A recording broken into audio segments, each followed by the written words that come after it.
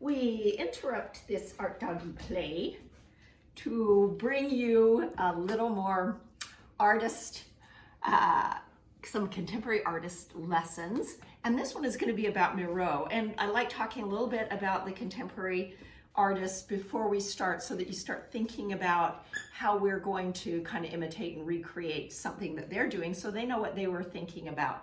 So I like to ask the questions, I think, and then I see, and then I wonder. And if you make a list, kind of answering those questions as you look at one of Miro's paintings, it kind of gives us a basis to go on. So Miro was born in the 1890s, kind of, so early 1900s again. He kind of took that impressionistic and the modern stuff and took it to the surreal. So he ended up being kind of one of the surrealists, which they, this is one of his works. And so you could be looking at it while I'm talking about it. Imagination was a big thing. He felt like imagination is an artistic quality and realism is not a criterion of beauty. So he was like, just because you can recreate something that looks real, that's not the only beauty in the world. And he said that knowing how to look is a way of inventing. So it was imagination, it was inventing a reality that wasn't something that you could see. He started out as a going to a regular school and was very unhappy and split his time between his rural place in Spain and in Paris, where he bumped up against a lot of the different artists who were also exploring different kinds of art and different ways of saying things. And he didn't really have any way of supporting himself in Paris and got really hungry and would sit in his bed at night with a very empty stomach, and he would see images on his ceiling and imagine things from his state of being hungry, and he would jot that down in a notebook, and that's kind of where he created a lot of his paintings from, is these crazy, wild, this is a really bad print, but it gives you the idea of some of his symbols. This he called constellation, and it was his way of looking at the sky and the stars. And you know how we put stars together and make different things like the hunter, or whatever we call the constellation something. Well, that's just our imagination playing dot to dot with stars. And he kind of did that on a canvas, playing dot to dot with his own symbols, kind of in a night sky, and making these crazy, they call it biomorphic shapes. So he was all about shapes, sometimes about color, sometimes the color was just white in the background, but he would have some repeating symbols that he would also do. So as you look at this and say, I see, what do you see? You see a lot of different shapes, and what do those mean to you? He was also very much said that poetry and art are the very same thing, and he would start often with two words, and this is love of the bird, something, the yellow bird, is what the words say in French. But then he would create something around that, feeling like this whole thing was poetry. So literature and visual art to him were the same thing. So you can start, as we start our paintings, I want you to think of that. I think, what do you think about it? What do you see? And then I wonder what he was saying. He usually had, you know, something like a poem has that he's expressing. And you'd see it in his title sometime, like the constellations or a carnival. You can look up some of his works. They're just wild and very much different for the day.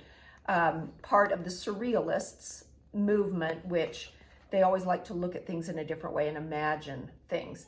So if we are going to start doing something based on a Miro, I think a really great way to start is thinking about those symbols, looking at some of his art and finding symbols in it. So you can start with two words. If you want it to be a poem painting, you know, maybe there's two random words that you want to put together that you want to then express with these imaginary shapes and monsters and creatures that you're going to make. Some of his motifs, I just put down, as you look at a painting, you can draw some of the things he used as his motifs or his symbols, and then you can almost do, to get you started on your page, start deciding what symbols you're going to put down where. He was very purposeful with where he put things, and doing things like making one symbol really big. So I penciled this in with his different symbols.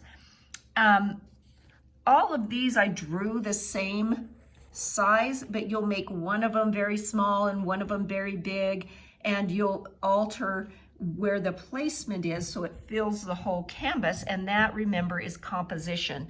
You'll also remember, so big things, little things, medium-sized things make up a composition. Dark and light make up the values. That's in every art piece. But then remember the elements of art. Line. You are going to make some line quality that is thick, thin, that is dotted, that is some overlap, and some wavy lines, some sharp lines, some repeated symbols, and some dark and light. So you'll fill in some of these maybe with dark. So this can also be done in any medium. I did it with, I'm doing it with marker. You can do it with colored pencil. You can do it with crayon. Crayon is a great way to get a lot more line interest, because the quality of line you can push hard and soft and get thicker, thin, or dark and light easier than with a marker. Is pretty, straightforward what it is. His things look randomly scattered across his page, but he actually, underneath a lot of his paintings, you can see circles and lines, being very purposeful about where he placed everything.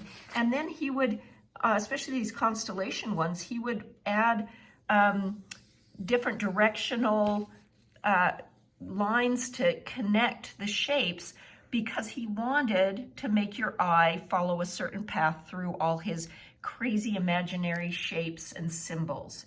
So he looks kind of random, like, oh, I just doodled on a page, and it really is doodling of a certain sort, but he was very purposeful. So I just kind of finished this one out, and you can see where I've gotten thicker and thinner and filled things in and made some different lines. So I would have you pick out some things, place them in different sizes around your piece of work, then decide what size and the placement, and connect some of them with lines.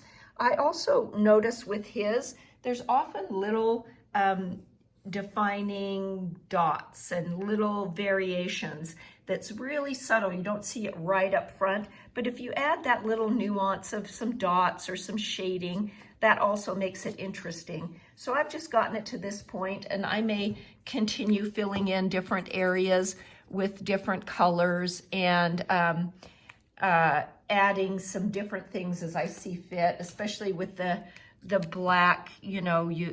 I just think adding a little texture to those shapes. So we've got line, shape, texture. The space in a lot of the modern artists is flattened out. They like to see everything on one plane and very flat, so you don't have a lot of space in that way, but sometimes you have overlap, which tells you about shape, space, and then some of the forms are just geometric forms, or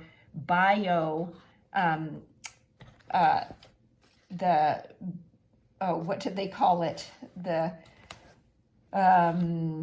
biomorphic forms. So meaning bio, like it's an organic. Remember how we talked about geometric versus organic shapes. So when you get to this point, a lot of his, this is a bad print, but you can see it more on the internet if you search him, has some nuancy colors in the background. So you can just take something like a watercolor. You can even do this, continue working with just your markers or colored pencil, and do a little background going around with a little bit of color from your palette, from your watercolors or crayons or anything else, and add a little bit of interest to the background of these canvases, and just see where you end up. It really should just wander around with your imagination. You can imagine him sitting in bed, kind of hungry, imagining forms form on the ceiling, and then jotting down what those kind of creatures look like to him, and then making meaning to him. A lot of the symbols did have meaning, and colors had meaning to him. He looked at different colors meaning different things, and we've talked about that in our color section. So you can add whatever amount of meaning to your doodle, Miro painting that you want, and end up kind of with this wonderful imaginary, surreal picture at the end of the time that you can tell a story about. You can see, you can think, and you can wonder about your own piece and share that with people.